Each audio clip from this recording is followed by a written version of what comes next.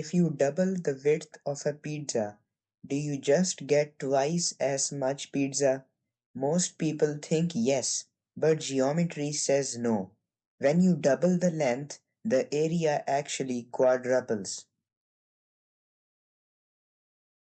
Today we're solving exercise 9.3.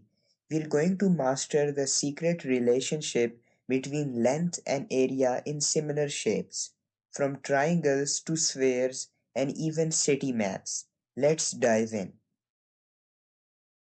Exercise 9.3, Similar Figures and Areas, Geometry and Polygons for Mathematics, Grade 9th. The golden rule of similarity.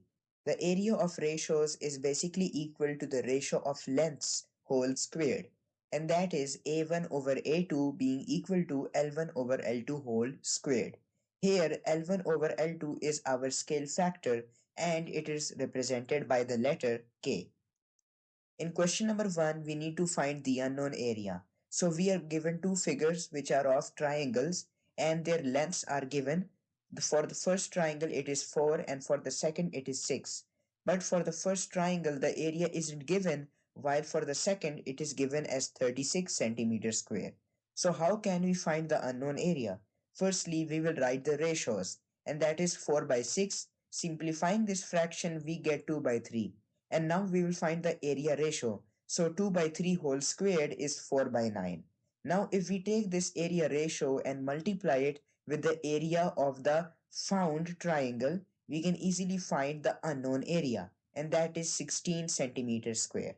Moving on to the second part, here we are given two circles which are similar to each other. We have the diameter as 3.6 and the area given as 180. But for the second circle, the diameter is 1.8 and the area we need to find that. Firstly, we will find the diameter ratio, and that will be 1.8 over 3.6. That is simply 1 over 2. Now we will take the whole square of 1 over 2 to find the area scale, and that is 1 by 4. If we take 1 by 4 and multiply that with 180, we will get the unknown area of the circle, which is 45. Moving on to question number 2. Here now we will find the unknown length instead of the area. For the first triangle, the area is given as 12 and the length is given as 2. But for the second triangle, the area is 108 and the length is simply x. So we will find the area ratio, and that is 12 divided by 108, which is 1 by 9. And the length ratio, it's basically going to be the square root of the area ratio, and that is 1 by 3. So if we multiply 2 with 3, that gives us 6 centimeter, and that is the value of the unknown length x. Moving on to the second part, here we have a quadrilateral and its area is given as 50, its length is x, and for the second quadrilateral the area is given as 200 and its length is 10. So we are going to find the area ratio first, and it's going to be 50 divided by 200, which is simplified and it gives us 1 by 4. And the length ratio, it's going to be the under root of 1 by 4, so that is 1 by 2. If we take 1 by 2 and multiply that with our length which is found, we get 5, and that is our unknown length. Moving on to question number 3, finding the radii of two spheres. Firstly, if you look at the first sphere, the radius is 6 centimeter, and then the radius of the second sphere is 8 centimeter. Firstly, we will find the ratio of the radius. That will be 6 by 8, which is 3 ratio 4 or 3 by 4. Now, if we take the area ratio of these radius, we get 3 square divided by 4 square, and that is 9 over 16.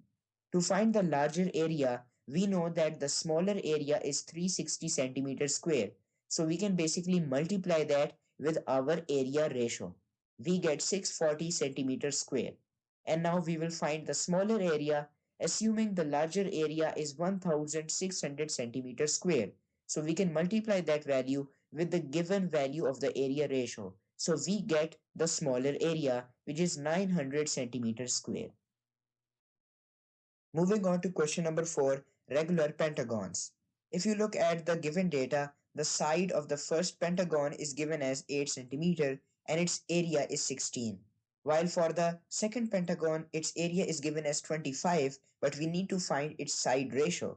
which is basically the value of x.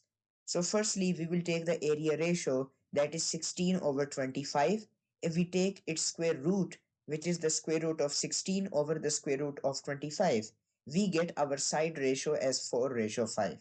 Now firstly, we will write the side of the first pentagon, which is 8, and then the side of the second pentagon, and that is simply x. So we can write 8 over x is equal to our side ratio, which is 4/5.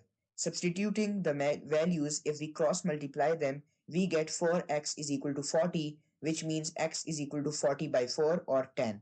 So that is our side of the second pentagon.